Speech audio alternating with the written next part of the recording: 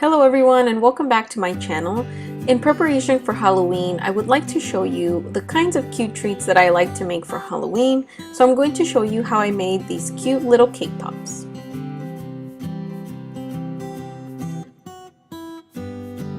First, I prepared a batch of my cake pop dough. If you would like the recipe for that, I do have a video and I'll link that in the description box below.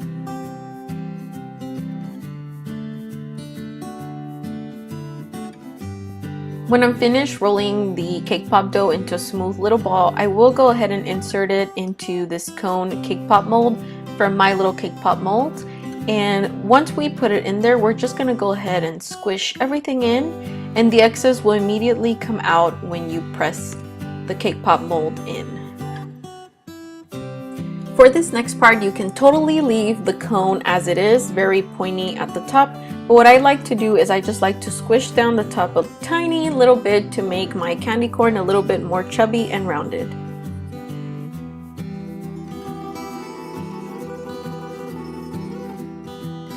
Now that I've reached my desired cone shape, I'm going to take a little bit of melted chocolate and dip my cake pop stick right in there. And then I'll go ahead and stick the cake pop stick all the way through, obviously not poking through the cake pop, but this just helps to make sure that your cake pop has enough stability so it doesn't fall off the stick when you dip. Make sure to shake off all the excess chocolate, and once you have done that, let your cake pop rest in a cake pop stand for approximately 10 to 15 minutes before painting. For the decoration part, I am using edible paint, but you can definitely use colored chocolate already. I'm just really too lazy to color chocolate individually, so I'd rather just dip in white and then just color the separate colors using edible paints. Also, feel free to add different colors and customize your cake pops as you wish. This is just a little example of how I did it.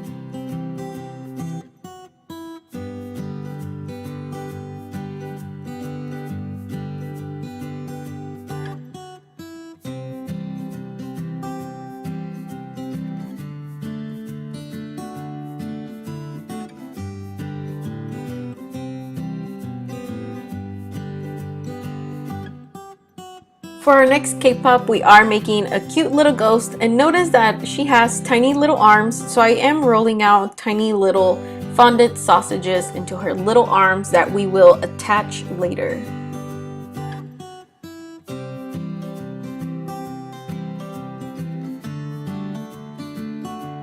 For the ghost body, I am using the snowman mold from My Little Cake Pop molds, and I know it seems a little weird to use a snowman for a ghost, but with a little bit of manipulation and a little bit of shaping, you'll see that it fits perfectly as the body of a ghost.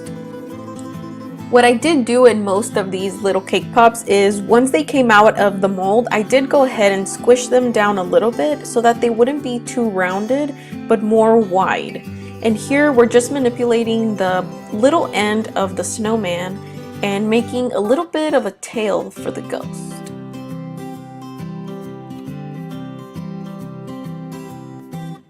Now, when attaching any parts into your cake pop to add dimension, you do want to take melted chocolate and apply a little bit at the end of the fondant and then stick it right onto your cake pop before dipping, and this creates the effect that our ghost has arms under its cape.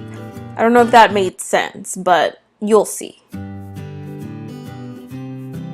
You'll also want to remember to let the arms dry before dipping the ghost right into the melted chocolate so that the arms don't fall off. So make sure that they're all dry, and once they are, we'll do the same thing that we did with our candy corn cake pop and stick the stick all the way in to make sure that it doesn't fall off when we dip it into chocolate.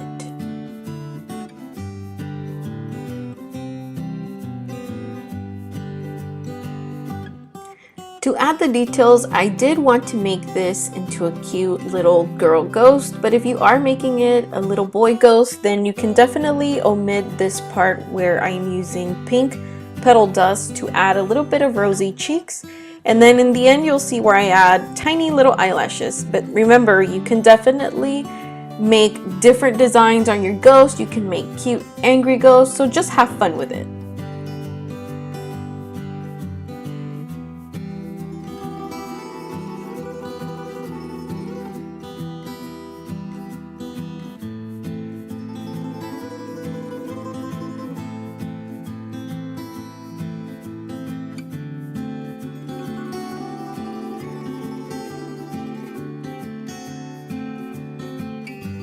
For my cute jack-o'-lantern, I am using the heart cake pop mold from My Little Cake Pop Molds, and this is the new color in her new pastel edition. I do have the darker one and I love them both so much.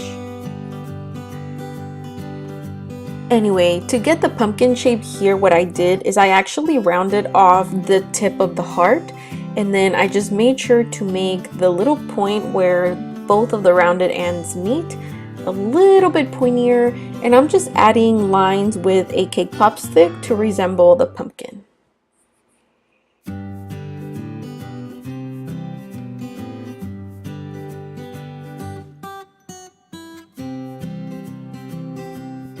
Now I do have a tip. For example, let's say you're just making jack-o'-lantern or pumpkin cake pops and you want to avoid a little bit of steps. What I would do is I would actually just go ahead and color my chocolate orange, and then you can just add little features with edible markers, or just avoid yourself all the trouble of actually hand painting them. But that's just my little tip for whenever you're making 10 dozens or 20 dozens of the same cake pop.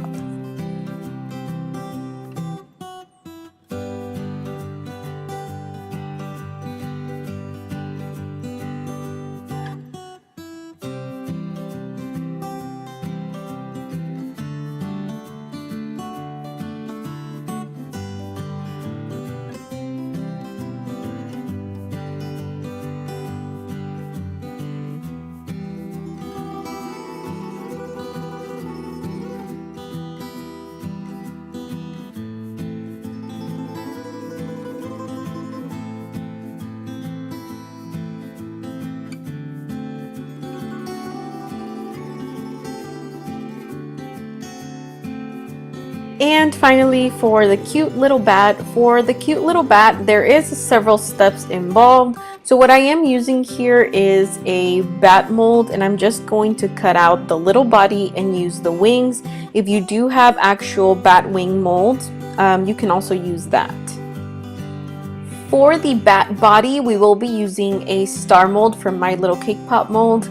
And what we're going to do is when we take out our molded cake pop dough, we're going to leave 2 of the pointy ends alone, and then the other 3 we are going to tuck into each other just to resemble a little body.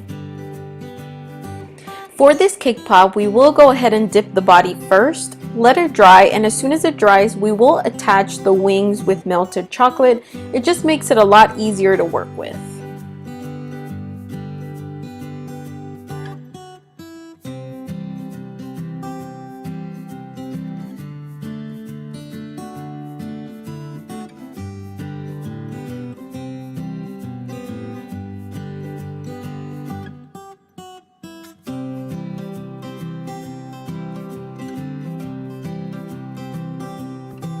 I really hope this was helpful for you, and I hope it helps you create cute little Halloween cake pops.